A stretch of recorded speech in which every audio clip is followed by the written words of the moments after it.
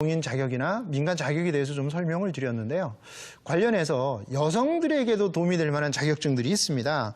그러니까 여성을 위해서 도움이 될 만한 자격증들은 크게 보면 이제 뭐 방과 후 아동 지도사라든지 독서 지도사, 또 베이비시터나 아니면 그 심리 상담사, 또 화해 장식 기능사라든지 태아 교육 지도사, 또 연극 치료사 등등의 여성들이 하면 꽤 괜찮을 것 같은, 그러니까 취미생활도 하고 또 자신에게 큰 육체적이나 뭐 정신적인 부담 없이 적절하게 즐기면서 할 수 있는 이런 일들에 대해서 자격을 딴다면 즐기면서 일을 할 수 있는 그런 기회가 주어질 수 있다고 보여지고요. 이런 자격증들, 여성을 위한 자격증들에 대해서도 한번 관심을 가져볼 필요가 있다고 보여집니다. 자, 뭐 지금까지 여러 가지 자격에 대해서 좀 말씀을 드렸는데요. 이 자격증들은 뭐 우리가 이 자격증에 대해서 공부하는 가장 큰 이유는 재취업을 위한 자격을 취득하는 방식입니다.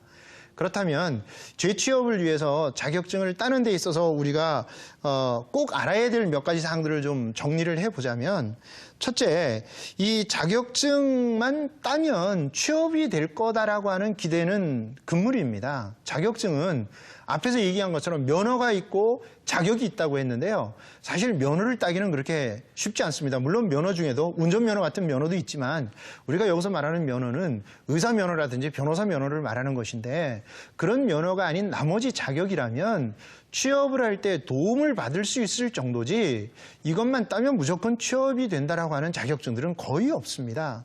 이런 것에 대한 오해를 해서는 안 된다라는 거고요.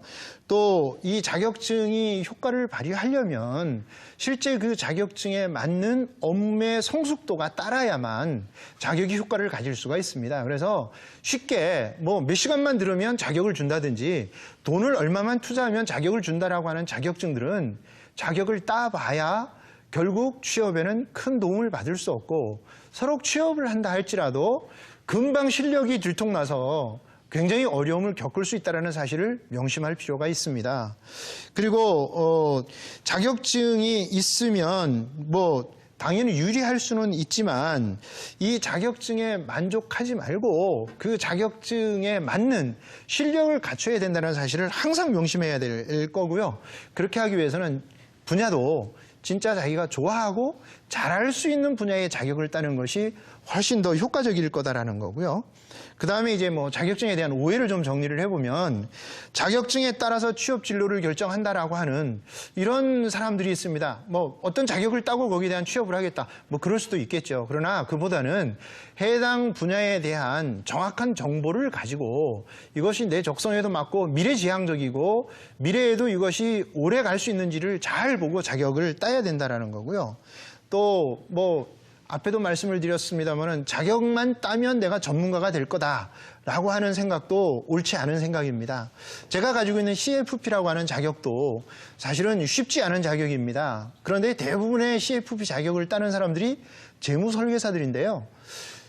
이 공부를 뭐 1년, 2년 동안 해서 자격을 땄는데요. 자격을 따고 나서 굉장히 공허해야 합니다. 가장 큰 이유는요, 자격을 따고 나면 자기 실력이 확 높아져서 상담도 잘하고 상담도 많이 들어올 걸로 기대했는데 사실 자격을 따기 전이나 후나 자기 실력에는 큰 차이가 없다는 것을 알게 되는 거죠. 그래서 이런 부분에 대한 이제 자격증만 따면 나는 무조건 전문가가 될 것이다 라고 하는 오해도 버려야 된다는 거고요. 그 다음으로는 자격증은 일단 많은 것이 유리하다라고 주장하는 분도 있습니다. 그래서 뭐 흔히 스펙이라고 얘기를 하죠. 자격증의 숫자만 막 굉장히 많으면 취업에 도움이 될 것 같은데, 요즘은 자격증들도요, 과거와 달리 너무 많은 사람들이 많은 자격을 갖고 있기 때문에 취업 담당자들도, 인사 담당자들도 필요하지 않은 자격은 과감하게 삭제하는 그런 능력들을 가지고 있습니다. 그래서 진짜 꼭 필요한 분야의 자격인지를 잘 알고 자격을 따야 된다는 거고요. 그 다음에 이제 뭐 유의사항으로는 자격을 딸 때에는 꼭 이 분야의 전망에 대해서 확인을 해볼 필요가 있는데요. 그렇게 하기 위해서는 내가 어떤 분야의 자격을 따려고 한다면 그 분야의 취업 사이트를 방문해 보는 것도 큰 도움이 됩니다. 그 취업 사이트에 들어가서 굳이 구인을 하는 난들을 쭉 보고요. 어떤 자격을 갖춘 사람들을 우대하는지, 어떤 자격증들이 가장 많이 도움을 받는지를 보면 그 자격증의 효용성을 우리가 측정할 수 있는 요소들이 있다라는 것이고요. 그다음에 그 실제 취업에 도움이 되는 자격인지를 꼭 체크를 해봐야 됩니다.